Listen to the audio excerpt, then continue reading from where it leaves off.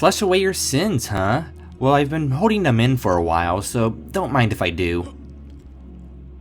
Oh, welcome to my third consecutive review of a best in genre title. Today we have Dusk, the game about the time of day where the sun is between 6 and 18 degrees below the horizon. I guess that ties this game into its sequel, Dusk 12, vaguely neatly. To cut the nonsense, Dusk is an old school throwback FPS made by David Szymanski, who is now potentially better known for titles like Scroll Stapler and Iron Lung, so the guy's got some natural horror chops. Dusk is his most action-focused title, as it takes heavy inspiration from the likes of Quake, Doom, Blood, and more. I'd say it's genetically closest to Quake, which is incidentally my favorite of the 90s shooters, but there's tons of other influences in here, and some of them are certainly more obvious than others. Despite its excess of homages to classical first-person shooters, Dusk has enough new and well executed to stand firmly on its own 2 feet. Much like the previous game I covered, like Dreamer, Dusk is a shockingly good genre love letter made by a lone developer, which is just a vaguely amusing fundamental commonality between a gory heavy metal shooter and a sparkly girly bullet hell. Still, they're both passion project titles that have most of the good of their genre inspirations and close to none of the bad. Media where you can tell it's one blatantly talented person going completely hog wild making what they want to make are a fascinating niche regardless of the genre or medium. Because of that fascination, I was quick to learn about and play Dusk upon its release. Now, Dusk is among the pioneering titles of the recent old school FPS craze, having been released in 2018. It's not the first, and as I learned from the comments on my video on Rack, there's a handful of different games people point to as the original retro throwback shooter. And while Rack beat Dusk to the punch, Dusk beat Rack to the curb. It's like a bullet train slamming top speed into an old-timey rickshaw. It's an absolute curb stomp, no mercy. If that doesn't make my opinion on Dusk obvious enough, then I'll say it. Dusk is a fantastic game overall, and it's currently my favorite title to come out of the boomer shooter resurgence. I'll largely sing its praise, but it has its flaws. I will say that I have a handful of points of contention I haven't really heard elsewhere, so prepare yourself for that in case you're John Dusk's #1 fan or something. Anyways, this game is purchasable on Steam and GOG. It runs out of the box on modern systems, which means it's miles beyond Splinter Cell Conviction. There's native widescreen support, a great FOV slider, packaged with a cute little reference, and ridiculously customizable graphics. This game is so highly configurable that if you want to make it look like boiled sewer sludge is seen through a firm slathering of Vicks Vapor Rub, you can do that. And if you want to apply the Human Revolution color filter, well, it's an option too. I never asked for this, but I appreciate its inclusion. I'll be playing with mostly default settings for the sake of this video.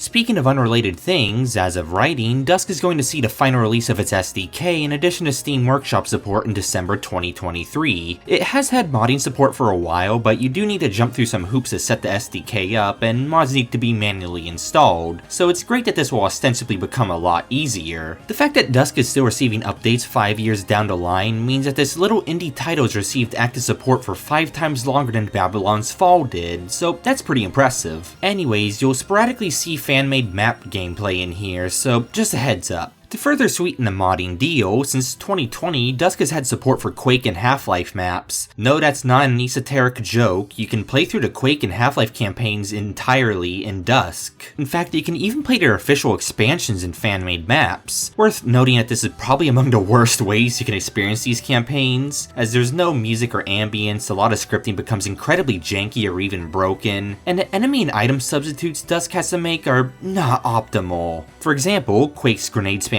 ogres are now Dusk's shotgunners, and Half-Life's unthreatening scientists are now Dusk's unthreatening scientists, but they also spawn kill you here. Regardless of the actual playability, the fact that Dusk supports this to begin with is both a charming novelty and some kind of amazing programming witchcraft that I'll never begin to be able to wrap my head around. Quite literally, programming historically has given me horrific headaches. Here's the official tutorial on how to play Half-Life and Quake maps through Dusk, since the webpage it's derived from has been down for a while. Don't know where I'd be without the obsessive archivists of the internet. It's honestly easier than I expected it to be, though I did need to install Slade to extract Quake's map files. I am curious what fan-made Half-Life and Quake maps would work well in Dusk, but that's outside of the scope of this video. And yes, I did try running Gunman Chronicles through Dusk. Great game, by the way, my video on it doesn't do it enough justice. Unfortunately, it seemingly only translated map geometry and lighting properly. Maybe I did something wrong, though this is still its own vibe. Exploring completely silent, desolate, textureless versions of maps from an obscure game I've played through about 5 times or so. It's cursed in a way I find pleasant. I'm surprised how much I recognized. If you can get this game to properly function in Dusk, let me know. I'd be really intrigued to see it. Enough talk of modding though, I've dragged this segment out for far too long at this point. So let's properly dive in, starting with the story. You're Dusk Dude, a badass prospector captured by a backwoods cult. He breaks free from some kind of innocuous basement tickling ritual, only for the omnipresent voice of the cult leader, Jacob, a very handsome name, to demand his slaughter. Kill the intruder. Now you're under attack by a gaggle of sackmen and have to beat them up using the better half of the copyrighted logo for communism. And that's it. That's the bulk of the story. Jacob taunts you throughout the campaign, and there are little morsels of story beats here and there, especially closer to the end, but it's all rather vague and, well, you're probably not playing this for the story. It's an extra rather than a main attraction. Dusk knows that instead of getting bogged down in the details, it's better to allow the player to blast abominations with a double-barrel shotgun until they turn into off-brand spam. There are horses as enemies, so it does check out. They probably stain pans just as badly too, I know from experience. But enough horse meat talk, let's talk about presentation. Dusk is visually like a higher fidelity Quake 1 with a color palette comparable to that of Blood, the game. Don't let that description fool you, as it's not afraid to be more detailed, large scale, or vibrant now and again. It's deliberately dated in terms of appearance, though it's clearly done to imitate 90s FPSs. And hey, initiation is the perseverest form of pottery. While there are still modern graphical effects, particularly for fire and lighting, they blend in surprisingly smoothly. This game nails an incredibly delicate balance between old and new that leans heavily into the old. Considering the fact that Dusk is largely foregoing modern fidelity, the atmosphere and architecture are surprisingly excellent. The simplistic low-poly models and low-res textures end up adding both mystique and ambiguity to the world around you. It makes both the ominous backwoods cathedral and the giant crystal spiral staircase stand out in their own unique ways. Speaking of which, Dusk doesn't hold back the scale. A lot of levels can be claustrophobic, so it compensates the occasional oversized structures and machines. They're distributed throughout the game in such a way that they never lose their impact. Dusk really understands my love for comically massive structures with no clear purpose. And Dusk is great at surprising the player, both in terms of the locales it takes you to and what lurks within those locales. Even though this is my 4th playthrough of the game, I still found myself enthusiastically anticipating the next hard left turn at Albuquerque. Dusk has 3 episodes, each of which having its own unique vibes, even between individual levels. There's enough vibes here for a century of earthquakes and a ring of fire. Episode 1 alone takes you from a shack in the woods to a dingy swamp to a small city block. It's largely grounded while also dipping its toes into the surreal and creepy. I do think a few of the levels in episode 1 are on the forgettable side as a result, especially the swamp and the mine levels. However, they act as a good grounding point and they make the more striking imagery stand out so much more. Visually, the ante is really upped in episodes 2 and 3 where the madness begins to kick in. These have you delve into military bunkers, lava pits, giant sacrifice machines, flying fortresses, interdimensional cathedrals, and the most out there of all, a barn. You ever think barn is a funny word? Well, if the early game is grounded, the later game is ceilinged. There's a great dreamlike feeling to the entire campaign, especially the latter half, and I love that. Beyond the mysterious massive machines, I also found myself quite loving the evil cathedral aesthetics. Some of this architecture is more evil than a trifecta asylum orphanage Chuck E. Cheese. Speaking of thief, you aren't sneaking a Constantine's mansion hallway past me. Homages like this are cute and abundant throughout the experience. You ever want to shotgun your way through that one room from the sewers in Condemned? No? Well, it's a thing here, so rejoice. I do like Dusk's horror flavorings. It's not necessarily a traditional horror game, it's a fairly Halloween-y breed of horror most of the time. Though the premise is definitely that of a horror title. You're all alone, fighting your way through demonic, mysterious, incomprehensible environments, all filled with gore, swarms of abominations, and massive machines. Nothing is outright explained to you, and all you have to go on are cryptic graffiti and the occasional crumb of lore. Sometimes Dusk Dude internally monologuing about his disliking of rats and frogs.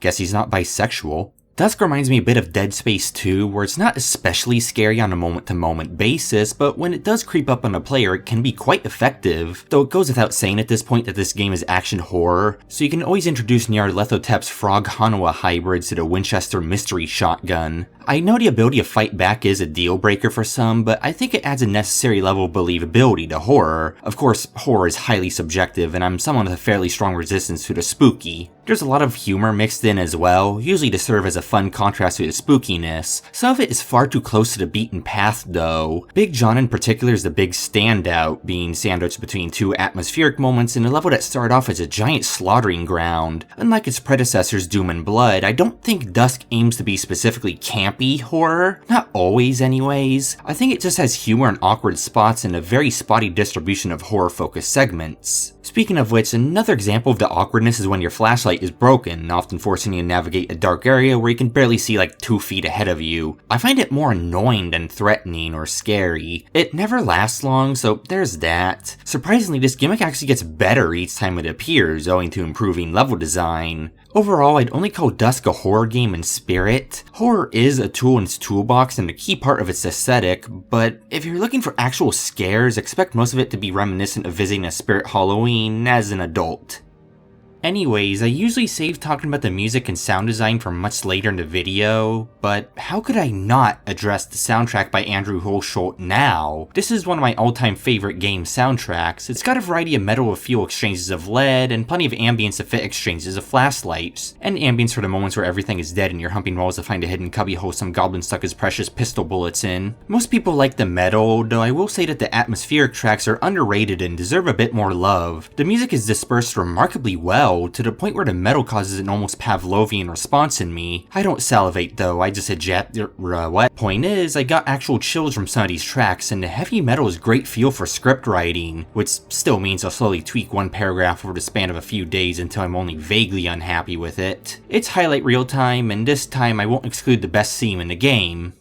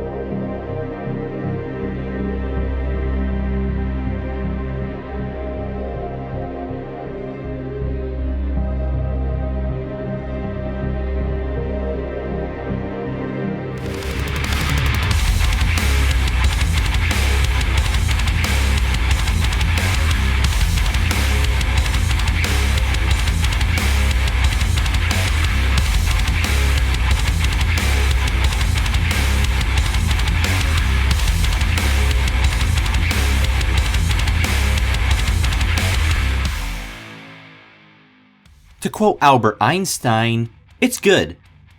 Impressively, the sound design itself is not overshadowed by the music. Guns are hard-hitting, distinct, and rhythmic. In some of the bigger battles, the carnage becomes musical. The musical sync is already good, so add heavy-sounding guns on top of that and you're making your own frag montage on the fly. Enemies also sound excellent. Every one of them has a unique set of sounds. An experienced player could definitely tell them all apart blindfolded.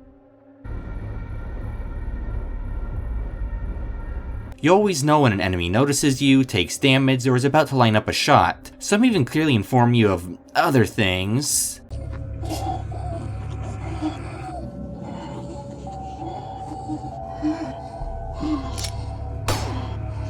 Yeah, there's a good horror atmosphere here too. Beyond their good sound design, enemies clearly adhere to identifiable silhouette design principles, so they're all extremely distinct and easy identified, though I'll have to come back to enemy design in its respective section, where I won't be dispositive. My only qualms with the sound design are nitpicks, like bosses not having too much damage feedback, pistols sounding a little too pappy, like bap bap bap bap bap bap bap, and explosions being on the weak side. That last one is especially weird considering the blood inspiration. Oh well, let's get on to gameplay.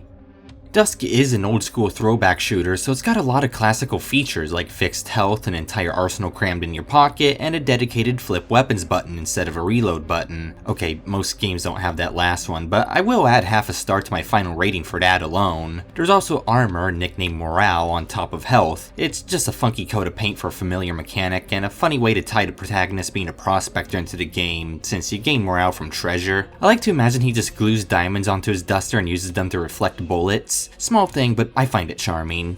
Dusk does have one modern core mechanic, and that's aim down sights. Luckily, it's the kind that isn't unspeakably wretched, where it primarily just adjusts your FOV and maybe grants a small accuracy boost. It's useful, and it isn't the crutch it can be in most other shooters. I know I once said that aim down sights disqualifies a game from being a boomer shooter, but this bit was cut for both being terrible and for going on for 7 minutes, so instead have a factoid. Did you know that the Golden Gate Bridge was named after its designer, Tim Golden? Make sure to bring this up at family gatherings where they won't care.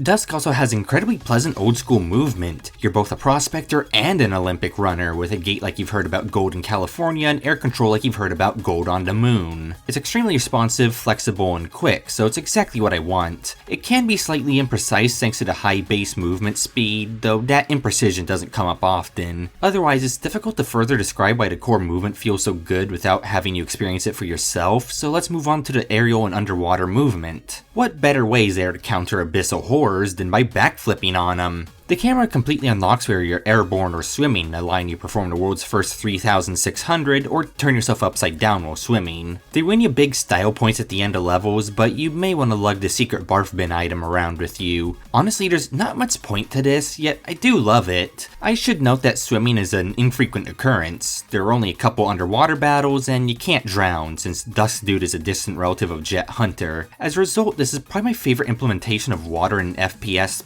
ever. It's a breath of fresh water for sure.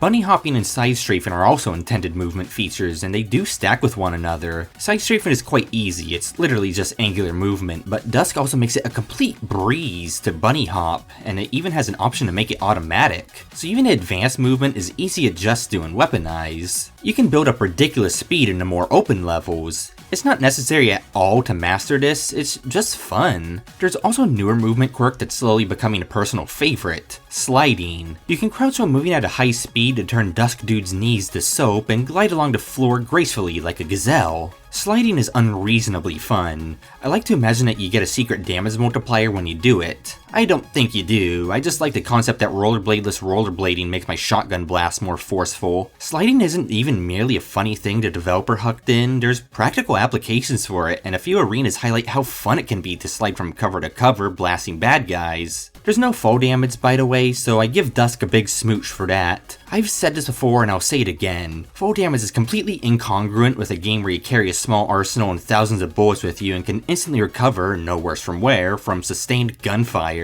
You're already violating a lot of laws of physics, so why should gravity be where the line is crossed? Dusk Dude's knees fax Newton to fuck off, and I think that's great. So to summarize, Dusk has great old school movement and core gameplay with a touch of well executed new school tech and conveniences. Best of both worlds, I'd say.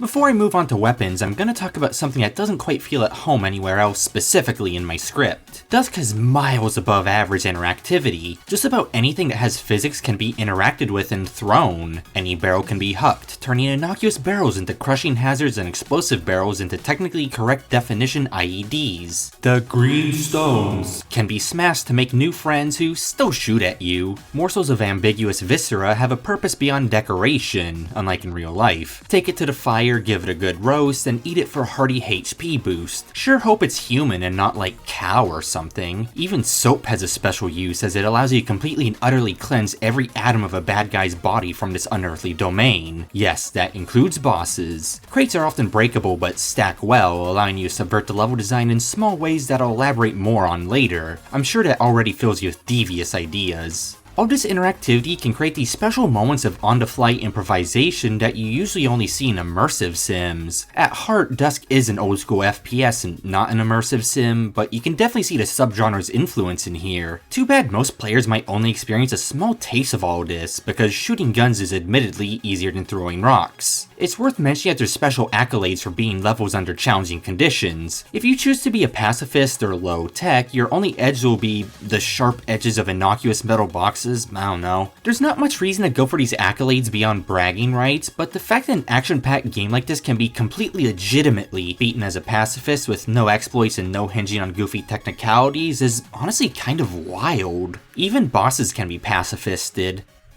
Fisted. Attention to detail like this is a big reason why Dusk sits in the back of my mind. Were most of this interactivity absent, the game wouldn't be too different, but since it's all here, it adds an extra dimension of charm to the experience. It's little bits of going the extra mile for a small portion of players that make a game feel like a genuine passion project. Anyways, I hope you like guns.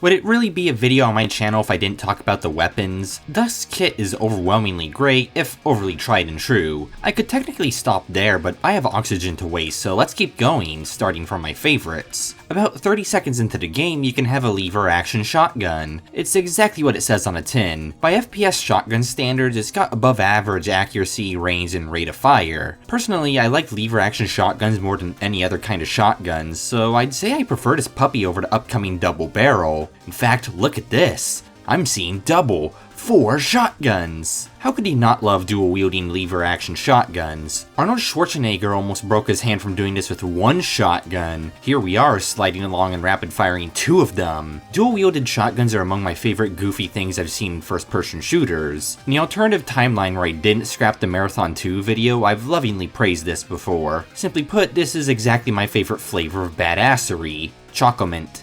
Anyways, the double barrel is also fun, if a bit standard. It's yet another reincarnation of the Doom 2 super shotgun. Big damage within boy kissing distance. You're experienced with that, I'm sure. Well, I don't like to assume, because sometimes I get lost on YouTube and end up watching reviews of fancy pens despite knowing nothing about pens or handwriting. I mean, have you seen my handwriting? Anyways, the super shotgun applies a cheese grater treatment to bad guys pretty good. It's satisfying when it turns a bushel of corn kernels into popcorn, and it's a go-to tool for taking down big boys quickly. It's potent, just standard.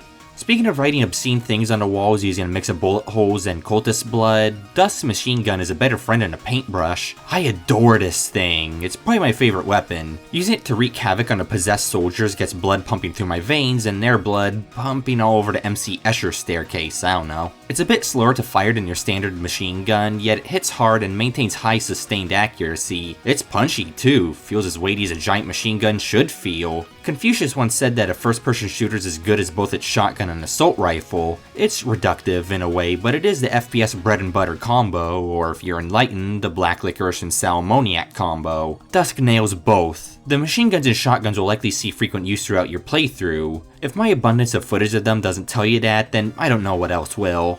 Though in a slightly funky twist, my second favorite weapon is perhaps the rifle. I haven't mentioned this before, but I tend to hate using sniper rifles in shooters. You may think it's because I'm plagued by janky all gillied up clones, and yeah, that's part of it. But the real reason is that they often feel unfair, like a low effort way to circumvent encounters and combat flow. There's a lot of baggage behind this because I used to main sniper in TF2. I'm not a bad person anymore, guys, don't worry. In Dusk, the rifle feels like an incredibly natural addition to your arsenal. It's like a double-barrel shotgun that goes beyond halitosis range and requires more conservative use. It's not the distant I win button it can be in most other shooters, yet it has the beefiness and versatility to be a mainstay throughout the whole experience. And that firing sound.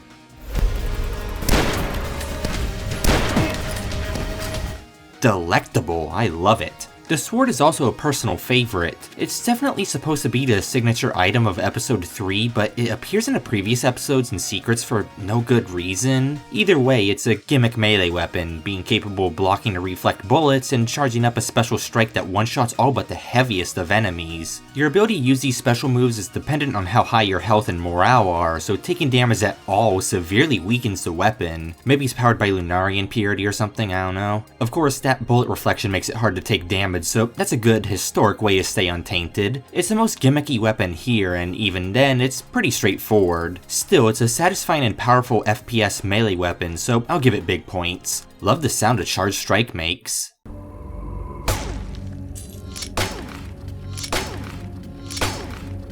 I'll go through the rest of the weapons much faster, mostly because they tie into my issues with the arsenal as a whole, which I'll directly address shortly. So let's start with your worst weapon, the pistols. You can dual wield them, which does woo me a little, and they fire fully automatically if you hold the trigger down. However, they otherwise aren't very viable thanks to their mediocre DPS and subpar accuracy. The machine gun does everything the pistol does, better.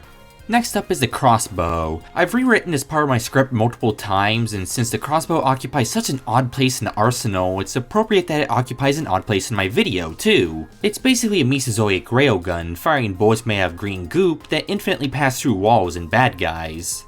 Fundamentally, I do like this thing. As far as railguns, in quotes, go, it's one of the weakest sounding and least damaging I've ever used. Though I'll give it a pass, since its presentation as a magic crossbow, not as a big high-tech laser gun, does it a favor there. Half-decent railgun-esque weapons are depressingly rare in games, and this one even has some fancy movement tech where shooting downwards gives you some bonus height. Why the crossbow has enough recoil to make you sorta fly, I'm not sure. I'll simply wager there's some historic account of this happening somewhere. However, there happens to be a problem, and it's that, between the ways encounters flow and the decent AI pathfinding, the ability to fire through enemies and walls, especially walls, is more of a gimmick than anything else. Wall piercing is often only useful if you've memorized enemy spawn locations, though even that's not reliable since getting penetrated wakes them up and makes them run around like headless chickens. In the edge cases where a normal person might try utilizing the wall piercing, it ends up either being a boring way to cheese an encounter or an ammo sink.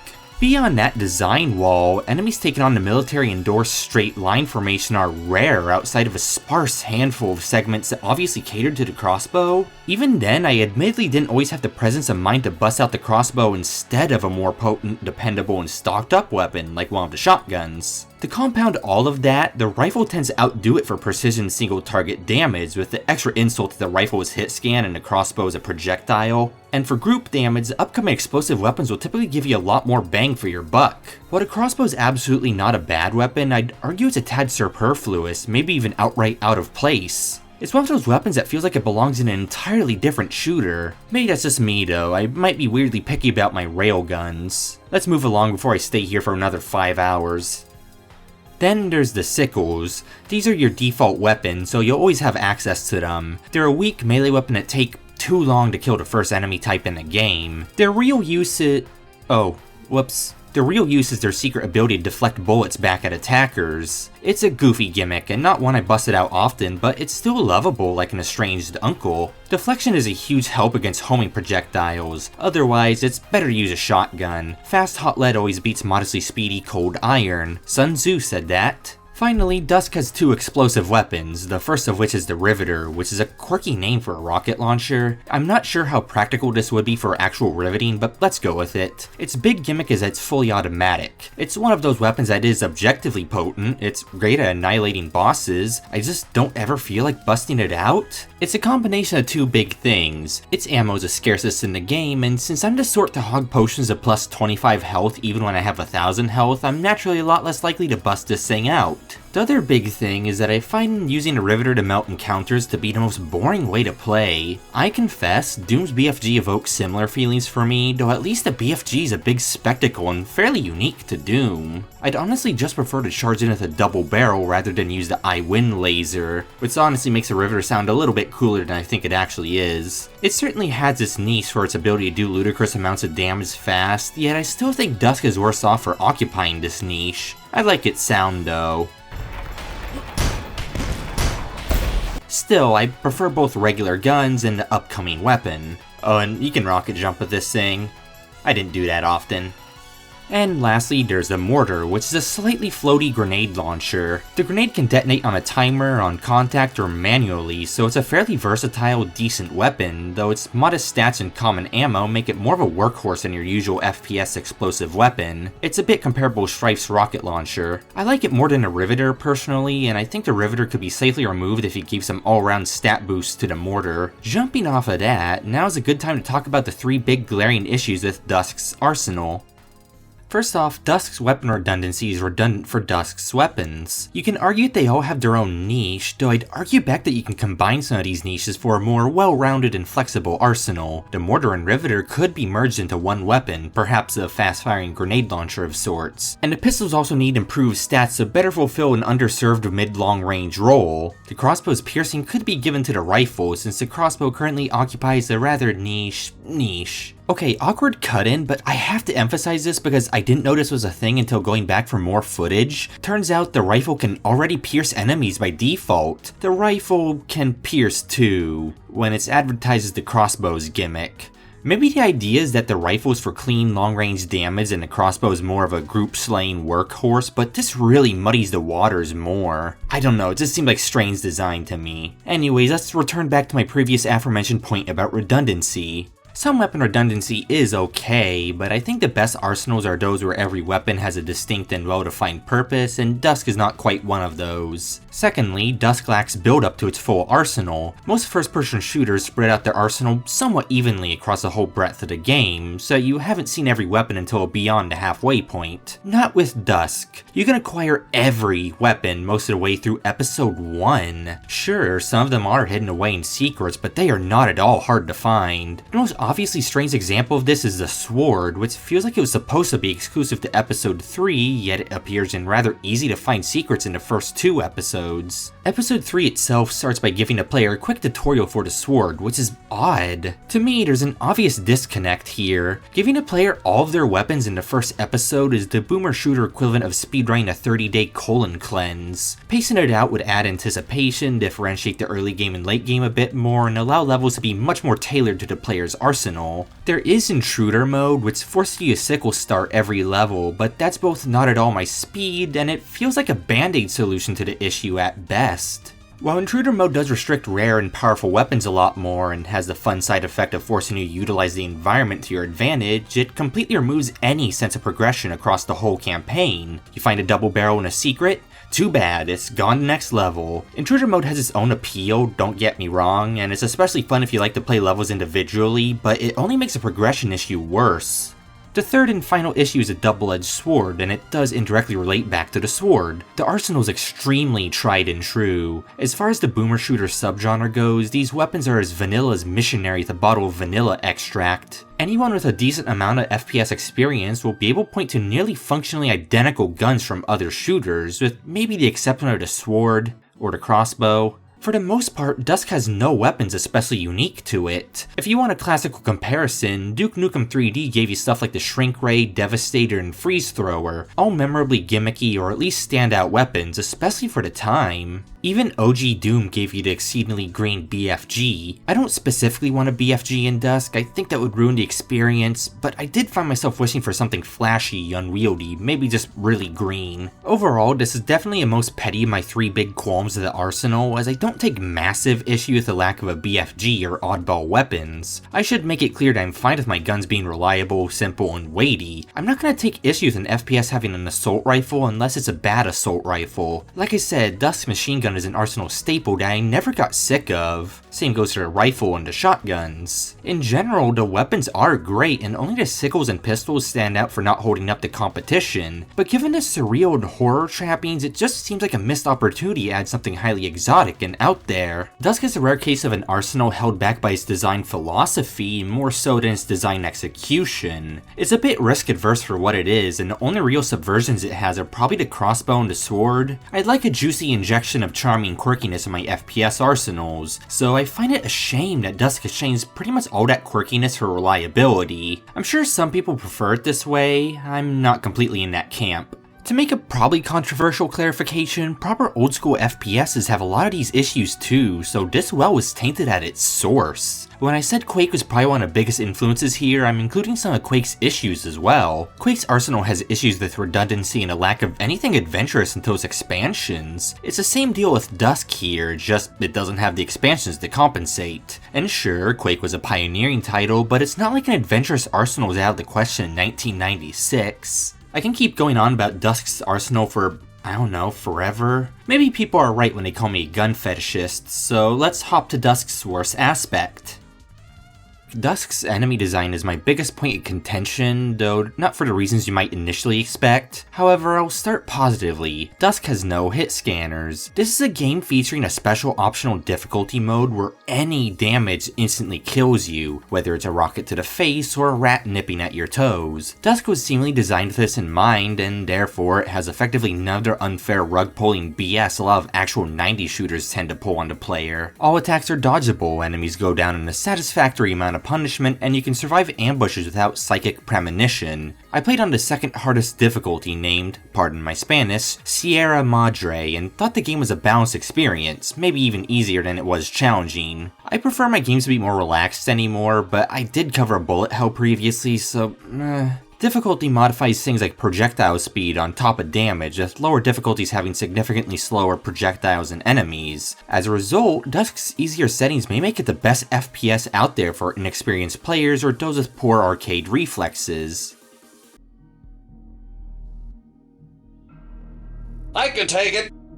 AI pathfinding is shockingly good here. I trust these goats and scarecrows to help me out of the corn maze. The things that AI was capable of doing did catch me off guard, especially when they used jump pads or teleporters. That is both scary and a mile beyond most big budget titles. They can chase you far around a level and they won't get stuck on patches of moist air in the process, though it's not totally revolutionary. If you go out of sight, you effectively start hurting them like they're sacrificial lambs. They'll drift towards you and get caught off guard when they turn a corner into a 12 gauge. Yeah, they're good at pathfinding, they're way into a shotgun blast. Their pathfinding does completely break down on rare occasions, especially if they have no way of reaching you. Modded maps are far worse about this, though since that's arguably chocolate and not vanilla, I won't hold it against Dusk. Ah well, I could at least see this AI winning in a chess match against a squirrel otherwise. You may think that's a backhanded compliment, but trust me, you'd be nuts to go up against the wrong squirrel. Enemy infighting is also a thing, though it's thankfully rare and most of it will be triggered by the legendary green stone.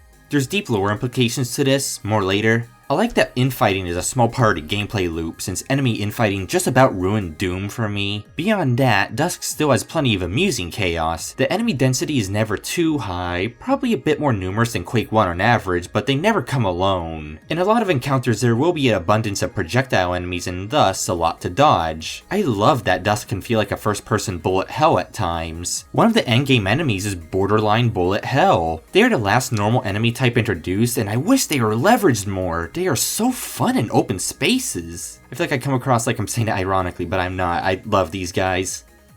So speaking of leverage in unoccupied space, Dusk has major issues with missing potential. The foundation here is solid, but so much more can be built off of it. I'll elaborate with a specific example, the Wendigos. The Wendigos are superbly well introduced and designed enemy, being possibly the only invisible enemy in any shooter that isn't actively miserable to fight. There's sound and visual cues hinting at where they are, and damaging them in any capacity, even with a gun flip, both reveals them and plays an attention-grabbing musical stinger.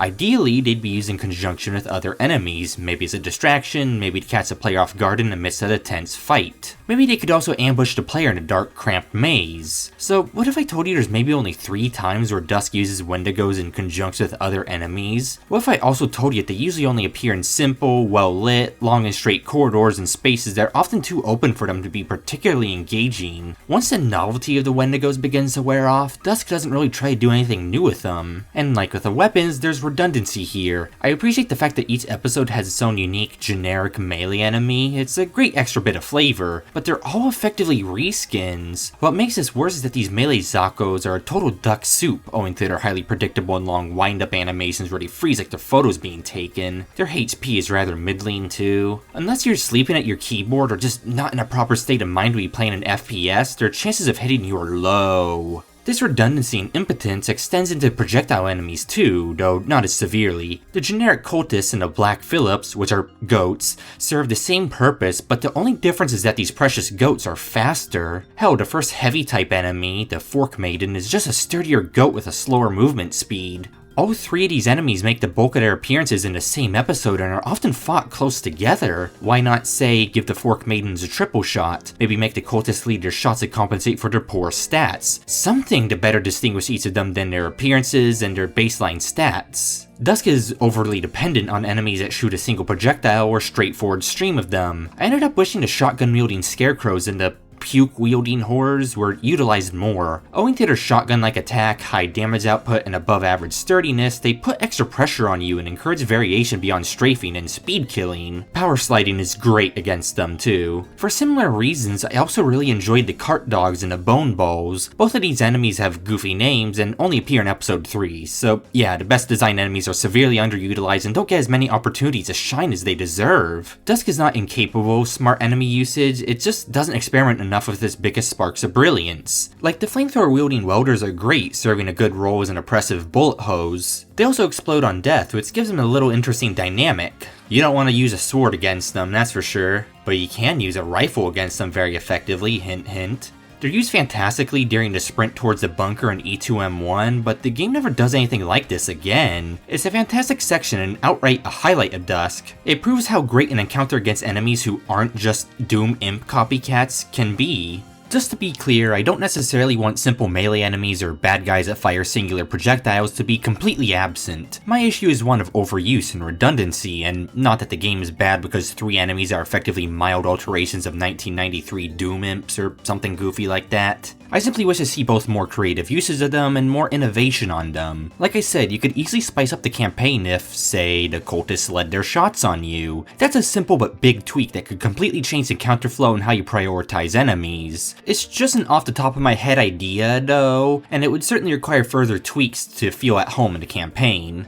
Dusk also has numerous cases of bosses being reused, sometimes in demoted forms, sometimes just straight up being recycled. Mixed feelings on that. Dusk keeps his boss fights simple and quick, which I at least respect, though there's many problems with that approach, as even the bosses you only fight once or twice are nothing particularly special. They overwhelmingly only have one attack, which is often not even unique to them. I do like the Guardian though, he's fun, and his attack is most dangerous and oppressive in the game, so naturally he doesn't appear in a diminished form and is easily quelled with Riveter spam or by literally teleporting inside of him. It's cool the game lets you do that, but somehow it leaves a sour taste in my mouth, and not because my face is in its yummy guts. For better or worse, bosses are largely a footnote here. Directly underlying numerous of the aforementioned problems is the fact that many enemies are introduced far too late. The flying Cacodemon-esque enemies in particular, the monks, are borderline endgame enemies when they should have been present from episode 1. Dusk was developed linearly, one episode at a time, so I understand it would be a big undertaking to integrate these guys into the earlier episodes without them feeling phoned in. When a Wendigo introduction is one of the most iconic moments in a game, other enemy introductions will end up being held to a similar standard, even retroactively. And, of course, the level design itself will need to be shifted around to account for them. Still, it's a bit of a bummer that episode 3 alone is home to the best enemy types on offer. This also further compounds the ridiculousness of having your whole arsenal halfway through episode 1, but not the whole enemy roster until the final stretch of the game. It's just an odd design choice and it sticks out like a sore thumb to me. I've been struggling to come up with a good conclusion for this section, so in short, Dusk's enemy roster has its ups and downs. On a bright side, everything is dodgeable, there's no damage sponges, and a decent handful of the enemies are quite fun to fight or at least clever in concept. On the dark side, many of the most interesting things on offer tend to be underutilized, and many enemies, especially the cannon fodder, are hideously unthreatening and stalked by boomer shooter standards. Like the arsenal, the enemy roster is tried and true, with extra emphasis on the tried part here. Maybe this isn't a big deal to you, but after so many years of gunning down different, barely disguised reiterations of Doom's imps, I want something crispy, zesty, sexy, spicy. And since Dusk relies so heavily on these pure Madagascar vanilla imp clones, especially early on, it cheapens the whole experience in a subtle way. That being said, I don't outright dislike any of Dusk's enemies,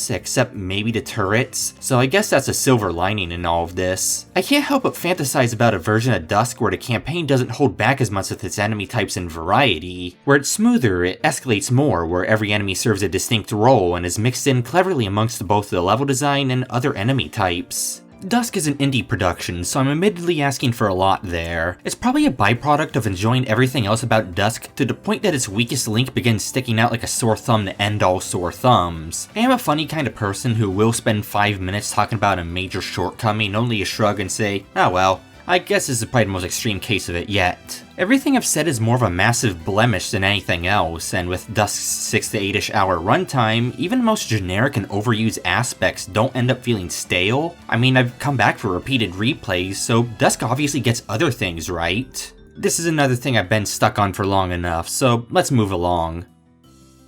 Welcome to another noteworthy feature I was struggling to find a home for in my script, the power-ups. Dusk has 4 of them, but nobody cares about the hazmat suit, so we'll say it's 3. The rapid fire power-up is the most common one, introduced right off the bat in level 2. I love this thing, it's a small but fresh tweak to the classical Quake quad damage power-up. Thanks to the lack of reloading, you can just hold down the trigger like every bullet you fire smites 10 wasps in the real world. Why do I have so much trouble with clustered S's?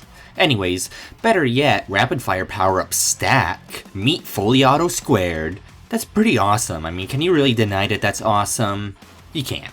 Unfortunately, Dusk doesn't experiment with power-up stacking until the final hour of the campaign. What a shame, but damn does it cement Brimstone Grotto as a favorite level. There's also the Serum of Blistering Heat, which is referenced to that one slow-mo shooter, you know the one? Supermax, Strangle Fear, Killing Shift, Singularity, Gunslinger Requiem, Chaser Prime Emergence. Did I miss any? Bright me in the comments below. It's a gimmicky slow-mo power-up used very sparingly. It's probably one of my all-time favorite video game power-ups, to the point where I wish Dusk had a replay feature let me rewatch my cool tricks in real time. It is extremely cathartic to play around with. I usually made saves before I picked it up, since it's hard to not have fun with the gimmicky slow motion. Another lovely power-up.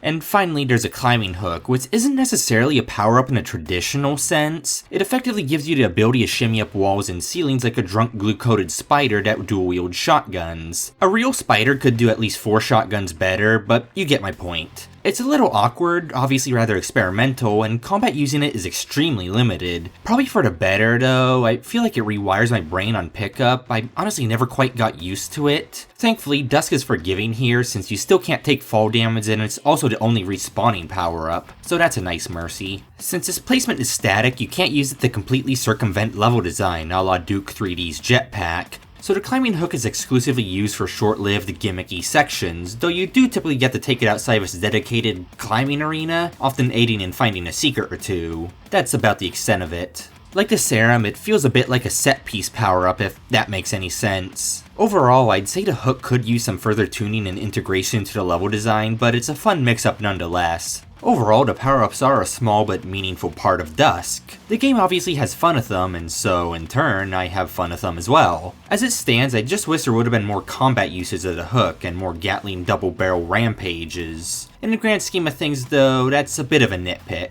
Enough about power-ups, because all we have left is a level design at this point. Now we enter into the final stretch, and there's very few sour grapes here. Dusk is all of the good of the titles is trying to emulate, with close to none of the bad, and plenty of its own identity. Let's start with how it's all structured. Dusk's levels are on the linear side of things. Maps rarely have objectives other than reaching the exit. The invisible hand does great at naturally guiding the player to said exit. Lighting, enemy placements, landmarks, and color-coded doors all help you understand where you have to go. Since Dusk is linear in nature, encounters are generally faced in set ways. Of course, you have freedom in your movement and weapon choice, and encounters can still play out quite differently between playthroughs. You get the occasional branching path, flanking route, and convergence points. They're simply not exceptionally common. Now, you can sporadically circumvent the intended level order, which is cool. It's another thing people point to as an immersive sim element. You can stack boxes, break stained glass windows, wooden doors and vents, rocket or crossbow jump, cleverly utilize Hunter Dan's goat hooves, and so forth. There are plenty of fun ways to interact with the map beyond opening doors and tossing boxes. Still, don't go into this game expecting to be able to mountain climb your way past most colored keys. Dusk is more key-centric than a neighborhood mailbox. That's the lamest joke I've ever written, oh my god. Color-coded keys and doors are arguably rather archaic, though bear in mind this level design is emulating classical shooters, just with the bonus code Apollos offered by 2 decades worth of FPS design exploration. It's a polished iteration of colored keys. It's rarely confusing, always communicated well to the player, and consistently presented cleanly. You will overwhelmingly see doors before the respective key, and I only temporarily lost or forgot maybe 2 doors in total, so don't worry about maze wandering here. There's very few of them. The only proper mazes here will maybe only take you 30 seconds to navigate, and are largely optional. As for the general encounter design, you'll typically walk into a room of baddies holding a birthday party, but there are a decent number of times where you're locked into an arena to fight them. Inside and outside of these arenas, many signs of great FPS level design are present. Verticality is toyed with often, encounters have varied and clustered covers, sightlines and open spaces are used to interesting effect, there's environmental interactivity that rewards creativity, and circular navigability is a common feature in larger arenas. Apologies for the terminology soup, the takeaway here is that these levels are obviously designed by someone with serious FPS level design expertise. It's all solid throughout, and it only gets more and more refined, clever, and experimental as the campaign goes on. I used to think Episode 1 was my favorite, but after this replay, Episode 3 easily won out as my favorite. In my defense, I've always been a sucker for the backwater cathedrals. After my surreal game videos, I respect Madness a bit more. It's hard to not appreciate the journey into madness in Dusk. Despite being a descent, the escalation is almost perfect. Going from backwoods Greasy Corner, Arkansas to the abyssal Spokane, Washington is such a satisfying progression. The whole game has a vibe of delving deeper and deeper into a dream, and it's reflected in the level design as well as the visuals. Gameplay gimmicks and oddities all become more common as the campaign goes on. Episode 1 is quite straightforward, Episode 2 has the occasional trick up its sleeve, and Episode 3 is more stuffed with gimmicks than a Thanksgiving turkey seen in a Facebook cooking video. It's a shame how many gimmicks are concentrated in Episode 3 alone, though. It's another instance of Dusk's mistake of underutilizing its ideas. Sometimes it is better to only spend a short amount of time with a gimmick, you don't want them to outstay their welcome. Still, I'd love to see more done with some of this, especially the stuff that's straight out of Prey 2006. And while I do think that the average difficulty of encounters plateaus for a decent chunk of the game, I will still say that Dusk is well paced, especially on a per level basis. Much like how the small madness builds up to the big madness, small scuffles tend to build up to a big scuffle. Dusk doesn't shy away from big battles, with them often being the payoff for reaching the end of a level or a key point in it. Literally key, sometimes. You know you're having a good time with an FPS when suddenly being thrust into a giant battle is invigorating before it's inconvenient. While most levels build up to a big brawl, Dusk does like to subvert expectations from time to time. Between these fights, Dusk utilizes downtime and slower moments well. Sporadic skirmishes keep you on your toes, and the downtime keeps the action fresh for much longer. These breaks are a nice time to take in the atmosphere, gain your bearings, resupply, and search for secrets. Yes, since Dusk is a throwback shooter, it's more natural for it to feature secrets than for the sky to be blue. Though the sky is never blue in Dusk. There might be a reason for that, not sure though, write the theories. Anyways, the secrets are fairly typical stuff. Indented panels, concealed buttons, destructible walls, misaligned wall textures, sometimes just the backside of objects. They're signposted, though more subtly than that term might imply. I'd say Dusk's secrets are neither trivial to find nor too ridiculous. I could see an experienced keen-eyed player finding more than half of all these secrets on a blind playthrough, so it's definitely less unreasonable than most. I can be rather ambivalent about secrets, especially when a game is seemingly designed around you finding them, but Dusk is nice enough with its resources that a skilled player could absolutely beat the game without secrets. Doing that in intruder mode might be a different story entirely. Still, hunting for secrets can slow a game like this down a lot, so I like the assurance that I can instead just continually aggressively force my way through the level. There are secret levels too, and reaching them is often cryptic and rather unrewarding. That does lead me into my quick hop through the game's various levels, starting with the bad ones. You could definitely make a compelling argument for either of the episode 1 or 3 secret levels being the worst level in the game. The dim slough is a swamp full of sewers for all those sewer sluts out there, and the Ratacombs is full of rats for all those rat sluts out there. I shouldn't be allowed to write video. It's an odd usage of the secret level slots, with the dim slough having an amateurish, almost unfinished feel to it, and the Ratacombs being avant-garde in a rather boring way. The episode 2 secret level is actually alright aside from having a few turret cheap shots, but it feels like it could just be any other level on the beaten path. Personally, I quite enjoy quirky secret levels like Quake's Ziggurat Vertigo or Duke 3D's Lunatic Fringe, so it's a shame that the secret levels here feel interchangeable with other levels at their best. Beyond that, on the beaten path, I think that Cutting Mine in particular is pretty boring and a bit of a pacing breaker. It's incredibly claustrophobic, your base movement speed is too fast to comfortably maneuver around without stubbing your toe on every pebble that has ever existed, and half the level is backtracking. Just a hunch, but this map has the vibe of a level made early in development when the developer was still getting a feel for the game and how it plays, and it just ended up not receiving the same coat of polish most other levels ultimately received. It's obviously quite visually bland too.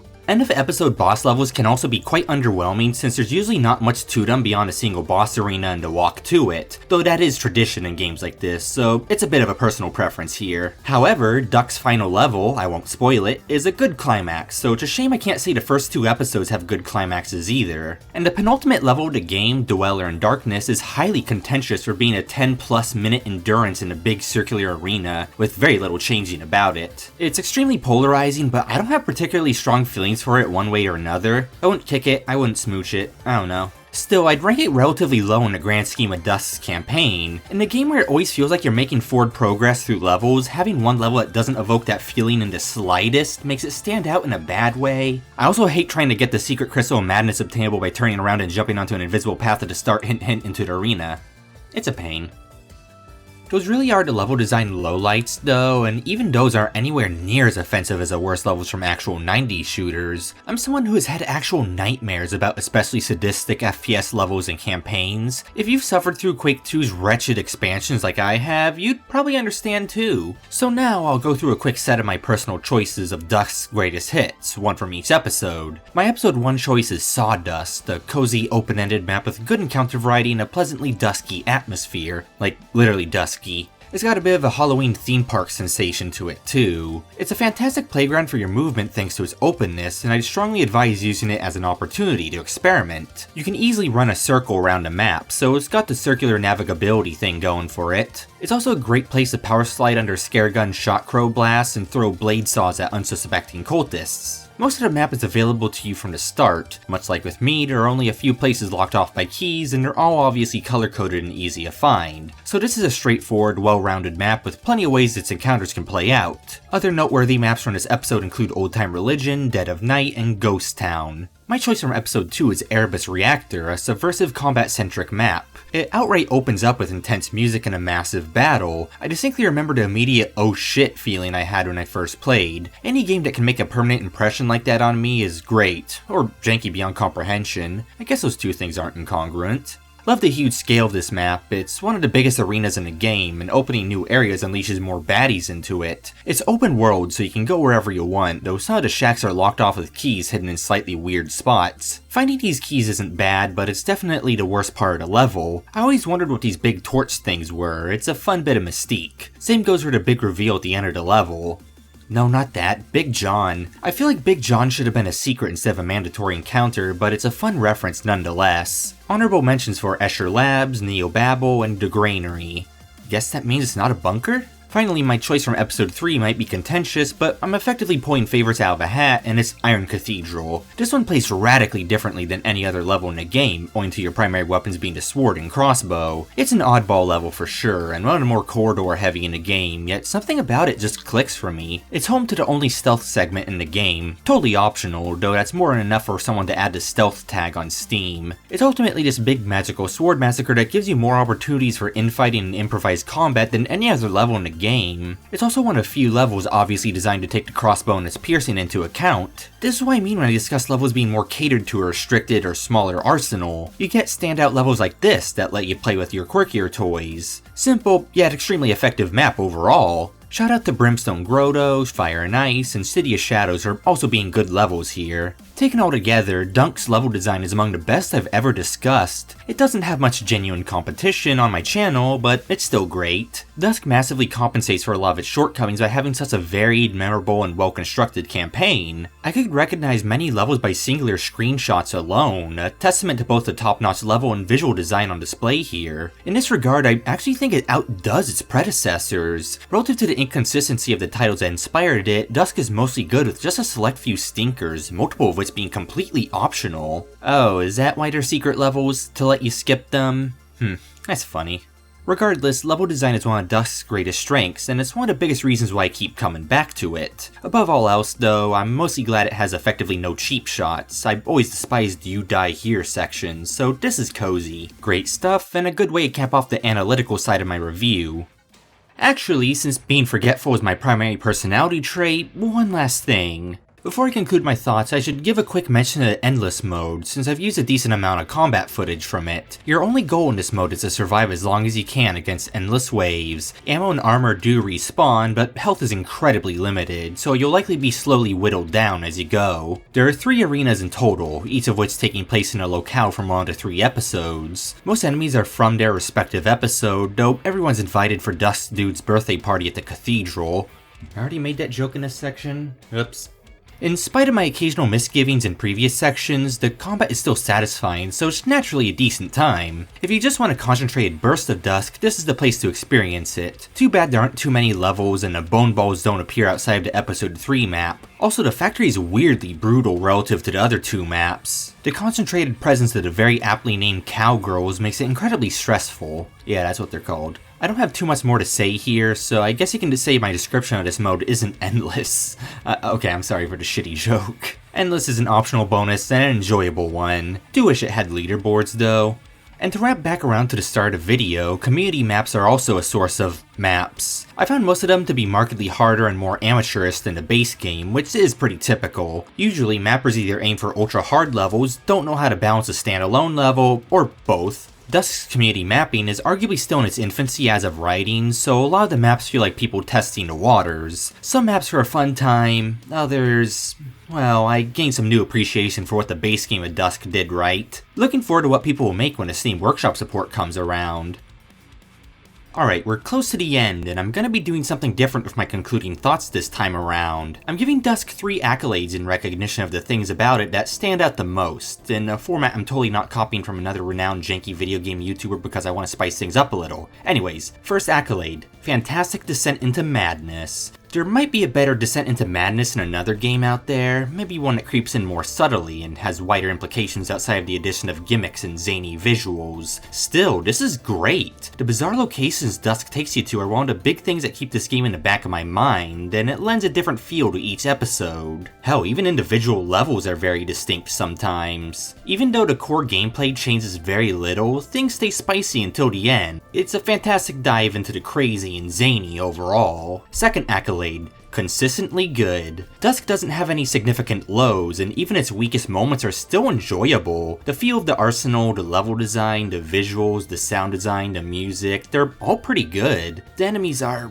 safe. Like, they work in the context of the gameplay. Yeah, okay, this ties into my third accolade. Tried and true for better and for worse. Dusk is an incredibly well-rounded game at the cost of ultimately feeling like it's missing something. There's only a handful of things unique to Dusk, like some of the later game scenery, the Wendigos, the sword, backflipping. Its core gameplay being consistent also means that the final battle doesn't feel much different from the first big battle. Its few gameplay deviations usually come in the form of short-lived gimmicks, most of which are borrowed from other games, are used incredibly sparingly, or both. Am I being nitpicky? Maybe, but the boomer shooter subgenre is full of innovative and creative titles, with zany and iconic weapons, oddball writing, memorable enemies, and unique art directions, and I feel like Dusk checks fewer of those boxes than most of its contemporaries. I do love Dusk's art, and there's plenty of scenery that's unique to Dusk, though its influences can be a bit too obvious from time to time. It takes me out of the experience a little when you just have a blatant Rise of the Triad reference. Dusk's weapons are satisfying, but if you've got modest experience with first-person shooters in general, you've seen the bulk of these guns dozens upon dozens of times before. I don't take issue with the potency and feel of the guns themselves, so much as the redundancy, plainness, and subpar pacing of the collective arsenal. The guns themselves are good, but taken as a whole, something's wrong here.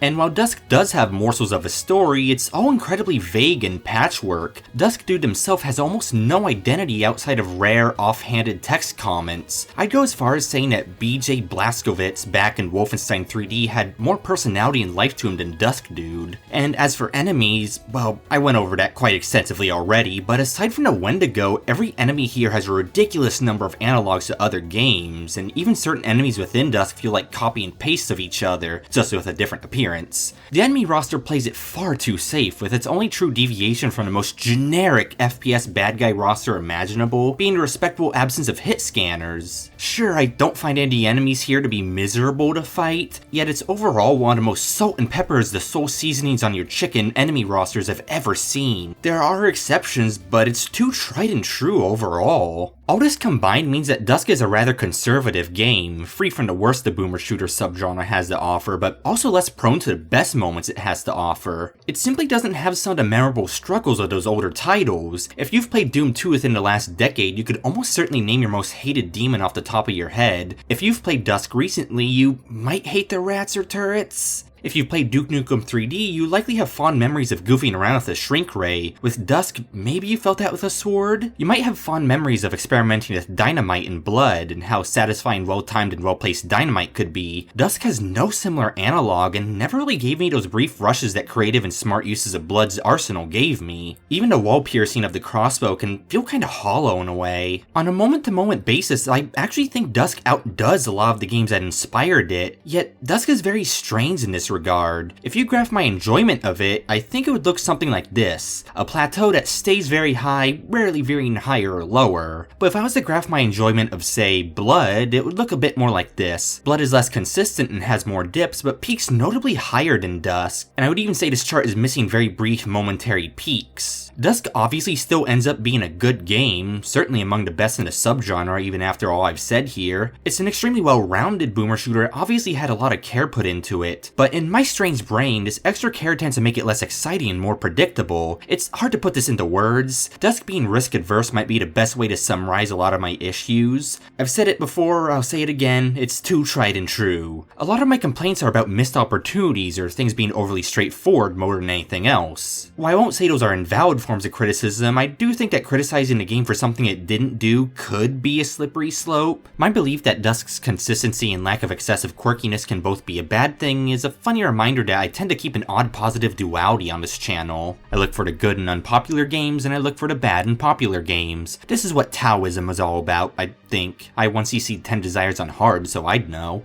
So yeah, overall, Dusk is a recommendation from me. It's a consistently good title and an obvious passion project, though it's certainly not without issues. I've obviously raved about the negatives for a while in this section alone. I'm sure a lot of people would greatly appreciate a boomer shooter with a lot of the bullshit surgically removed, as is the case here, though I find it can take away from some of the charm and appeal. Still though, Dusk has become a bit of a comfort food title for me. I know exactly what to expect when I hop in. My first playthrough is outright magical, being caught off guard by the madness and greatly enjoying the modernized boomer shooter gameplay. It's a shame the problems of the game became hard for me to ignore with future playthroughs. This is one of those games best experienced blind, so, you know, I'm sorry for anyone I'm ruining the magic for by mentioning this at the very last minute. You know, this was a spoiler-free review. Anyways, that's about the end of this video. I've probably kept you for a while. This is my longest video in a while. Tune in next time for probably a video talking about loadout customization in FPS games. I'll see you then if you come around.